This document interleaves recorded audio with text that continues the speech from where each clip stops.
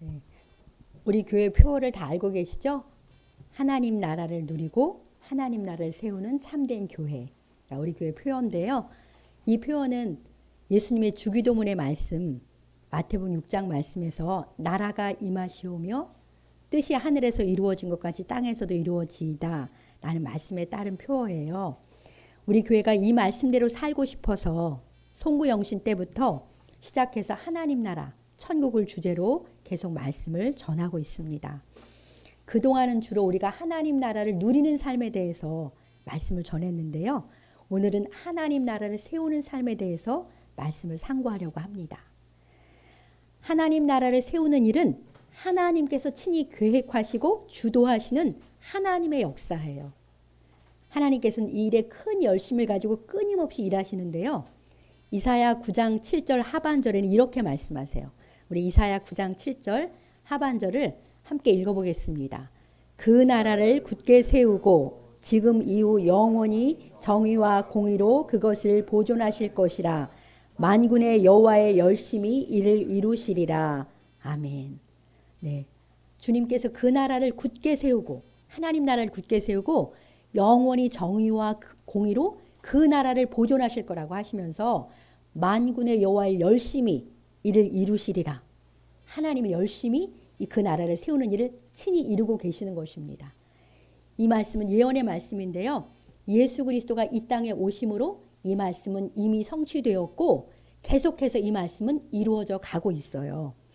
그런데요, 하나님께서는 이 위대하고 거룩한 역사에, 그 하나님의 역사에 그 자녀이며 백성인 우리와 함께 이 역사를 이루기를 원하십니다. 우리가 하나님의 자녀이니까요, 우리 아버지가 세우는 그 나라를 함께 세워가는 상속자이기도 해요. 로마서 8장 17절을 함께 읽어보겠습니다. 로마서 8장 17절입니다. 자녀이면 또한 상속자, 곧 하나님의 상속자요 그리스도와 함께한 상속자니 우리가 그와 함께 영광을 받기 위하여 고난도 함께 받아야 할 것이니라. 네, 참 놀라운 말씀이죠. 저와 여러분들이 하나님의 자녀이기 때문에 또한 하나님의 상속자라는 거예요. 그리스도와 함께 물려받은 하나님 나라를 세워가는 하나님의 상속자예요. 네, 하나님의 상속자가 된다는 것은 엄청난 영광이잖아요. 엄청난, 요즘 상속 때문에 그런 여러 가지 일들이 생기는데 우리는 하나님의 상속자예요. 엄청난 영광을 받은 사람들입니다. 그런데 이 영광을 받으려면 고난도 함께 받아야 된다라고 말씀하시긴 하는데요. 받은 영광에 비하면 고난은 정말 비할 수 없는 거라고 바로 그 다음 절에 나오기도 해요. 어려움이 있기도 하지만 우리는 하나님의 영광스러운 상속자로서 하나님 나라를 세워가는 삶에 대해서 배워야 해요. 하나님 나라를 어떻게 세워가는 것인지 상속자로서 배워야 합니다. 하나님께서는 우리가 이 사명을 넉넉히 감당할 수 있도록 성령님의 권능도 주셨어요. 오직 성령이 너에게 임하시면 너희가 권능을 받고 예루살렘과 온 유대와 사마리아와 땅 끝까지 이르러 내 증인이 되리라 라는 말씀을 알고 계시잖아요. 그래서 우리가 예수님의 증인이 되어서 하나님 나라를 세워갈 때 우리 안에 성령의 권능이 함께 계세요. 우리 안에 있는 성령의 권능은요, 주님의 증인으로 살아갈 때만 나타나는 거예요. 이 시간에는 성령의 권능을 힘입어서 고린도라는 도시에 하나님 나라를 세우는 바울의 모범을 살펴보면서 하나님 나라는 어떻게 세워지는지 우리도 배우고 싶습니다. 그래서 오늘 하나님 나라를 세워가는 모범이라는 제목으로 하나님의 말씀을 듣겠습니다. 본문 1절을 한번 보시겠어요? 1절을 보면 바울이 아덴을 떠나서 고린도에 이르렀다 이렇게 말씀하시죠. 바울이 제2차 전도 여행 중이에요. 아덴에서의 전도를 마치고 이제 막 아가야 지방의 수도인 고린도에 왔습니다. 아덴은 오늘날로 말하면 아테네예요. 고린도는 코린토스라는, 요즘을 말하는 코린토스라는 도시인데요. 지도로 아덴과 고린도를 한번 확인해 보겠습니다. 네, 지금 저 투르키의 땅이 보이시죠? 그 위에가 그리스잖아요. 유럽의 그리스인데 그리스, 여러분들이 보기에 오른쪽에는 마게도냐 지방의 빌립보, 데살로니카, 그 다음에 그렇게 세 군데가 보이고, 근데 그 밑에 아가야 지방이라고 되어 있는데 아덴과 고린도가 있습니다. 고린도는 저기에 위치했는데요. 그때나 지금이나 고린도는 항구 도시예요. 조그만 이렇게 나와 있는 곳에 있잖아요. 항구 도시의 특징은 무역이 발달하죠. 무역이 성행하니까 돈이 몰리고 사람이 많이 살게 됩니다. 그래서 당시에 고린도는 헬라의 정치 경제의 중심지였어요. 다양한 사람들이 살다 보니까 우상 숭배가 만연하고요. 도덕적으로 아주 문란한 도시였는데 이런 말이 있었어요. 고린도스럽다. 어떤 사람하고 고린도스럽다 그러면 음란한 사람이다 이런 뜻일 정도로 도덕적으로 타락한 도시였어요. 이 도시에 바울이 지금 개척 선교를 하러 온 거예요. 근데 그것도 혼자 왔어요. 그 동역자인 실라와 디모데가 마게도냐에서 아직 안 왔거든요. 이 낯설고 영적으로 어두운 도시에 바울은 혼자 전도를 시작해야 하는 것입니다. 한번 생각해 보십시오. 예수님에 대해서 한 번도 들어본 적도 없고 우상만 가득한 도시. 거기다 도덕적 타락과 물질적 풍요 속에 살아가는 세상 나라에 하나님 나라를 세워야 하는 바울의 마음은 어땠을까요? 사탄과의 영적 전쟁을 치르면서 복음을 전해야 하는데 지금은 동역자조차 없어요. 천하의 사도 바울이니까 그래도 사기가 충천할까요? 아마 막막하고 두려웠을 것입니다. 실제로 그는 고린도 전서에서, 그러니까 사도행전과 서신서는 항상 보완적이에요. 지금 우리가 보는 건 사도행전인데 고린도 전서에서 바울이 이렇게 고백을 해요. 고린도 전서 2장 3절 한번 같이 읽어보겠습니다. 같이 읽겠습니다. 내가 너희 가운데 거할 때 약하고 두려워하고 심히 떨었노라. 네, 이게 바울의 고백이에요. 바울도 이 보이는 상황과 자신의 약함 때문에 두렵고 심히 떨었다. 이렇게 고백을 해요. 참 담대하기만 한 건 아니죠. 이런 바울의 고백을 들으니까 저는 큰 위로가 되었습니다. 전도와 선교의 베테랑인 바울도 자신의 연약함 때문에 두렵고 많이 떨었다는 그런 고백을 들으니 그가 얼마나 성령님을 의지했을까라는 짐작이 됩니다. 이런 처지에 있는 바울에게요, 아주 특별한 만남이 이루어져요. 오늘 본문 2절 3절이에요. 본문 2절 3절에 보면 혼자 있는 바울에게 같이 읽어봅시다. 아굴라라 하는 본도에서 난 유대인 한 사람을 만나니 글라우디오가 모든 유대인을 명하여 로마에서 떠나라 한 고로 그가 그 안에 브리스길라와 함께 이달리아로부터 새로 온지라. 바울이 그들에게 감해 생업이 같으므로 함께 살며 일을 하니 그 생업은 천막을 만드는 것이더라. 네, 이 낯선 곳에서 바울은 뜻밖에도 함께 살며 일할 수 있는 사람들을 만나게 되는데요. 그들이 브리스길라와 아굴라 부부라고 성경에 자주 나오는 아굴라 부부예요. 이 아굴라 부부는 로마에 살고 있던 유대인들이었는데 로마 황제 글라우디오가 로마에서 유대인 추방령을 내린 거예요. 그래서 추방돼가지고 유대인인데 고린도로 막 이주해 왔습니다. 바울이 고린도에 온 시기에 아굴라 부부도 함께 온 거예요. 성경학자들에 의하면 이들 부부는 바울을 만나기 전에 로마에 있을 때 이미 복음을 듣고 예수님을 믿은 그리스도인들이라고 합니다. 그러니까 이들 부부와 바울은 공통점이 많죠. 같은 유대인이고 그리고 그리스도인이고 생업이 같습니다. 그래서 바울은 이들과 함께 살면서 천막 만드는 일, 텐트 메이커의 일을 하게 된 거예요. 때마침 아굴라 부부가 고린도에 온 것은 바울을 위한 하나님의 특별한 섭리이고 선한 손길이라는 것을 우리는 느낄 수 있습니다. 고린도에 하나님 나라를 세워야 하지만 홀로 있어 약하고 두려워하고 떨고 있는, 심히 떨고 있는 바울을 위해서 이 부부를 보내주신 것이죠. 위로와 용기가 필요한 바울을 위해서 동족이며 같은 신앙을 가진 신실한 이들을 준비하시고 하나님이 보내주셨습니다. 바울은 생업까지 같은 이들과 교제하면서 실제로 큰 위로와 힘을 얻게 되어서 4절에 보면 이렇게 말씀하시죠. 안식일마다 사람들이 모여있는 회당에 가서 하나님의 말씀을 가지고 강론하면서 유대인과 헬라인을 권면했다. 이렇게 말씀하세요. 바울과 아굴라 부부의 만남을 이끄신 하나님의 섭리에서 우리는 무엇을 배울 수 있습니까? 무엇을 말씀하고 계십니까? 아, 선교나 전도는 혼자 할 수 있는 것이 아니구나. 서로 격려하며 함께할 동역자가 필요하구나 라는 것을 알 수 있습니다. 천하의 사도 바울도 혼자서 감당할 수 없는 것이 하나님의 나라를 세우는 거예요. 그래서 바울에게 아굴라 부부를 보내주시고 만나게 하셨습니다. 이들은 이때부터 시작해서 끝까지 바울이 순교할 때까지 함께하는 그런 동역자로 살아요. 이처럼 바울의 전도와 선교는 언제나 팀으로 움직였습니다. 바울과 함께하는 그 팀을 통해서 곳곳에 교회가 세워지고 하나님의 나라가 확장된 것입니다. 사랑하는 성도 여러분, 하나님의 나라를 이 땅에 세우는 것은 하나님 마음에서 나오는 하나님의 비전이잖아요. 이 위대하고 거룩한 비전을 위해서 하나님은 자녀인 우리를 부르세요. 근데 우리를 부르실 때 공동체 속으로 부르시는 거예요. 모든 교회 공동체는 하나님 나라의 대리점이래요. 하나님 나라의 대리점이 교회인데요.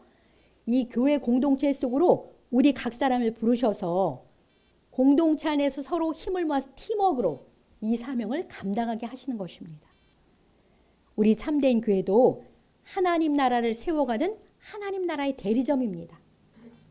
우리는 이 공동체 안에서 함께 사명을 이루어가는 한 팀이 되어서 아름다운 팀워크를 해야 하는 것입니다.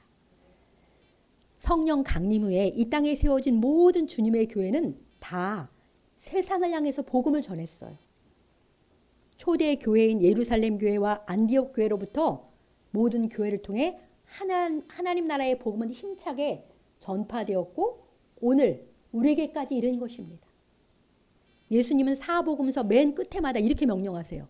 너희는 온 천하에 다니며 만민에게 복음을 전파하라. 약간 말씀은 다르지만 다 이 메시지를, 이 명령을 예수님이 다 제자 공동체인 교회에게 내리셨어요. 그래서 모든 교회는 예수님의 명령을 따라서 한 마음으로 이 사명에 헌신해 왔습니다. 이제 이 바톤은 이곳에 세워진, 오늘 이곳에 세워진 우리 참된 교회로도 넘어온 거예요. 우리 교회도 동일한 사명을 받은 하나님 나라의 대리점으로서 함께 이 위대한 사명에 힘을 다해 충성해야 마땅합니다. 우리 교회가 이 거룩한 부르심에 한 마음으로 순종하여 힘차게 하나님 나라를 세워가길 간절히 소망합니다. 5절 말씀을 우리 함께 읽어보겠습니다. 실라와 디모데가 마게도냐로부터 내려오매 바울이 하나님의 말씀에 붙잡혀 유대인들에게 예수는 그리스도라 밝히 증언하니. 네, 이제 바울의 동역자인 실라와 디모데가 마게도냐로부터 고린도에 왔어요. 이들은 마게도냐 성도들에게 바울의 선교를 지원하기 위한 헌금을 가지고 온 거예요. 바울은 그동안 생계를 위해서 천막 만드는 일을 했었는데요. 이제는 이 헌금이 있어서 쉬고 하나님의 말씀을 전하는 일에 집중할 수 있게 되었습니다. 사랑하는 동역자들이 와서 힘을 얻고 선교에만 집중하게 되었으니까 바울은 더 힘차게 말씀을 전하는데요. 5절 후반전에 이렇게 말씀하시잖아요. 바울이 하나님의 말씀에 붙잡혀 유대인들에게 예수는 그리스도라 밝히 증언한다. 이렇게 말씀하세요. 말씀에 붙잡혔다는 것은 말씀에 지배당하고 사로잡혔다는 말씀이에요. 그러니까 바울의 마음은 하나님의 말씀으로 충만하고 뜨거워져서 이 하나님 나라의 복음을 사로잡혀서 전하게 된 거예요. 그런데 그가 이렇게 사로잡혀서 전한 하나님 말씀의 핵심이 뭐라고 말씀하십니까? 예수는 그리스도다. 이걸 전한 거예요. 이 메시지를. 십자가에 못 박혀 죽으시고 부활하신 예수께서 그리스도다. 예수께서 구세주다. 이 복음을 밝히 증언했습니다. 우리 모두가 정말 잘 알고 있는 단순한 복음이지요. 예수는 그리스도다. 바울은 이 단순한 복음을 뜨거운 마음으로 밝히 증거했는데요. 고린도에 전도할 때 바울의 결심이 고린도전서 2장 2절에 이렇게 말해요. 우리 고린도전서 2장 2절에서 바울의 고백을 같이 읽어보겠습니다. 내가 너희 중에서 예수 그리스도와 그가 십자가에 못 박히신 것 외에는 아무것도 알지 아니하기로 작정하였습니다. 네, 바울이 고린도에서 전도할 때 예수 그리스도와 그가 십자가에 못 박혀 것 외에는 아무것도 알지 않기로 작정했다고 해요. 그래서 그는 예수는 그리스도다 라는 단순한 복음만을 증언한 거예요. 그가 왜 오직 십자가에 못 박힌 그리스도만 전하겠다고 작정했는지, 바울이 왜 이런 결심을 했는지 바로 고린도전서 1장 22, 24절에서 알 수 있어요. 제가 한번 읽어보겠습니다. 유대인은 표적을 구하고 헬라인은 지혜를 찾으나 우리는 십자가에 못 박힌 그리스도를 전하니 유대인에게는 거리끼는 것이요 이방인에게는 미련한 것이로되 오직 부르심을 받은 자들에게는 유대인이나 헬라인이나 그리스도는 하나님의 능력이요 하나님의 지혜니라. 당시에 유대인들은 표적을 구했어요. 헬라인, 그리스도인들은 지혜, 철학을 구했습니다. 그것으로 하나님을 찾기를 원했던 거예요. 이런 그들에게 로마에서 극형을 받은 십자가에 못 박힌 그리스도를 전하는 것은요, 유대인에게는 거리끼는 거예요. 왜냐하면 자기들이 예수를 십자가에 못 박게 넘겼거든요. 헬라인에게는 미련한 거예요. 아니 극형받고 처형된 청년을 믿다니 너무나 미련해 보이는 것이죠. 바울은 이 사실을 익히 잘 알고 있었습니다. 이런 것을 알고 있었음에도 그는 오직 십자가에 못 박힌 그리스도만을 전했다는 거예요. 왜 그렇게 했다고 말합니까? 십자가에 못 박힌 그리스도만이 구원하신 하나님의 능력이고 하나님의 지혜이기 때문이라고 말합니다. 오직 부르심을 받은 자들에게는 예수 그리스도는 하나님의 능력이고 하나님의 지혜예요. 이런 확신이 바울의 마음 가운데 있었기 때문에 그는 십자가에 못 박힌 그리스도만을 전하기로 작정했던 것입니다. 사실 바울은 당대의 석학이었기 때문에요. 헬라인들과 지혜로 철학으로 토론을 한다 해도 그는 밀리지 않을 만한 실력도 있었어요. 그렇지만 그는 이렇게까지 말해요. 내 말과 내 전도는 내 지혜에 권하는 말로 하지 않는다. 다만 성령의 나타남과 능력을 의지해서 복음을 전한다. 듣는 사람들의 믿음이 사람이 내 지혜의 설득에 의해서가 아니라 오직 하나님의 능력인 복음 자체의 능력으로 믿게 되길 원한다. 라고 고린도전서 2장 4절 5절에서 말씀합니다. 사랑하는 성도 여러분, 오직 십자가에 못 박힌 그리스도만이 구원을 얻게 하는 하나님의 능력이고 하나님의 지혜임을 믿으십니까? 이 단순한 복음이 모든 믿는 자에게 구원을 주는 하나님의 능력이에요. 그런데 요즘 교회 안에는 이런 생각이 참 많아요. 이 시대에 예수님에 대해서 듣지 못한 사람이 어디 있어? 이제 말씀으로 전도하는 것은 안 통해. 그리스도인답게 사는 게 중요하지. 이렇게 말하면서 복음을 입으로 전하는 것을 마치 효용가치가 떨어진 것처럼 그렇게 생각하는 경우가 많이 있어요. 이런 생각이 팽배해져서 요즘에는 입을 열어서 예수는 그리스도라고 복음을 잘 전하지 않습니다. 물론 우리는 거룩하고 선한 삶으로 예수 그리스도를 보여주어야 마땅해요. 선한 간증, 선한 영향력은 중요합니다. 그러나 사람을 구원하는 능력은 복음의 말씀에 있습니다.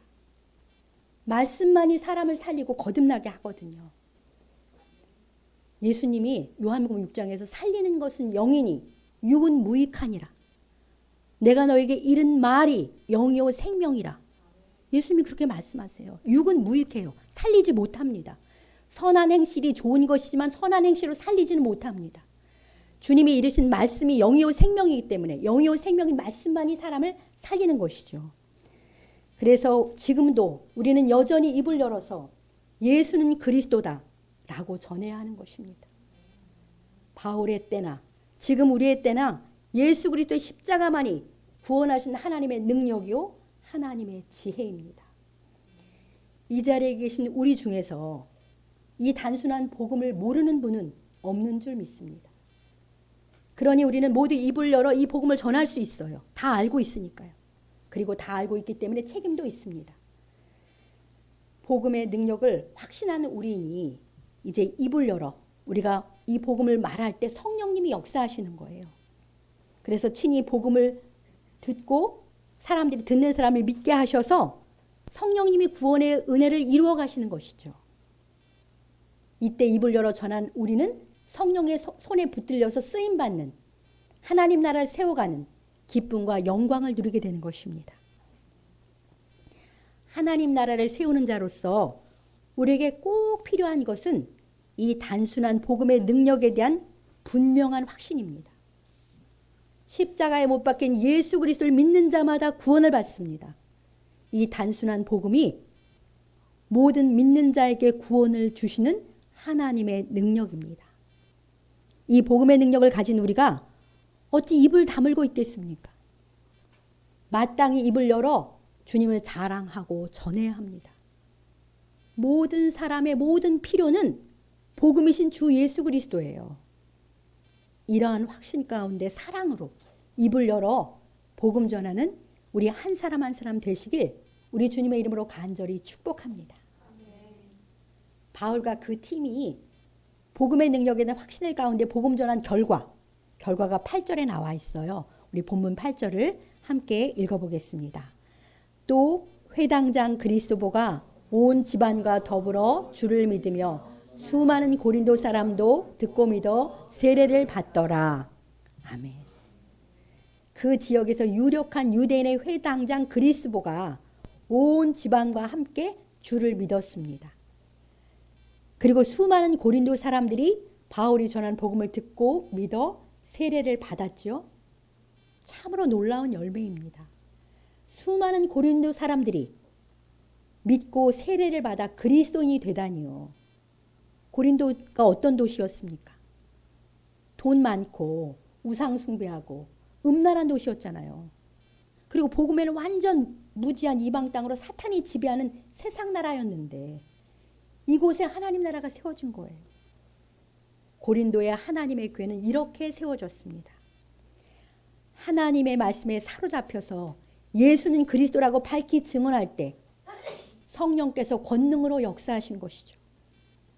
우리도 입을 열어 예수를 그리스도다 하고 전할 때 성령께서 동일하게 권능으로 역사해 주십니다. 그래야 듣는 자가 마음을 열고 주를 믿어 구원받게 되는 복음의 능력이 나타나는 줄 믿습니다.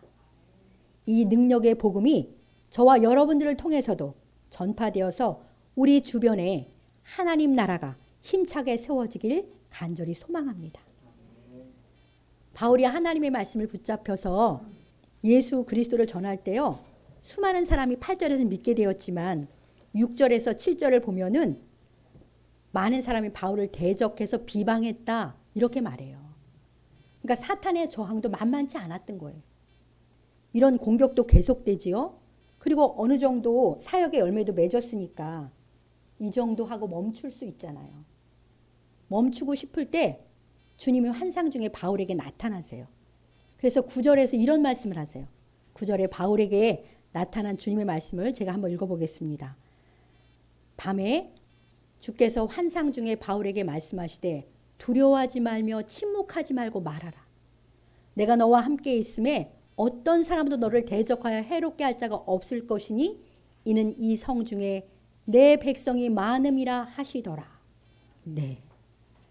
주님이 두려워하지 말고 침묵하지 말고 말하라고 명령하세요. 그러면서 내가 너와 함께 있을 거니까 아무 사람도 너를 대적하여 해롭게 하지 않는다. 약속하시면서요.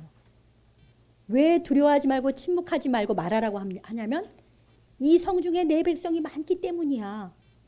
하나님의 백성이 아직도 많기 때문이니까 너는 계속해서 말해야 된다고 그렇게 말씀하세요. 수많은 고린도 사람들이 듣고 믿었지만 고린도는 큰 도시예요. 그러니까 아직도 하나님 나라에 들어와야 할 하나님의 백성이 그곳에 많이 있다고 주님이 말씀하시는 거죠. 이 성 중에 내 백성이 많음이라. 이것이 우리 하나님 아버지 마음이에요. 이 고린도에 아직 하나님 아버지께 돌아오지 못한 잃어버린 하나님의 자녀들이 많다는 것이죠.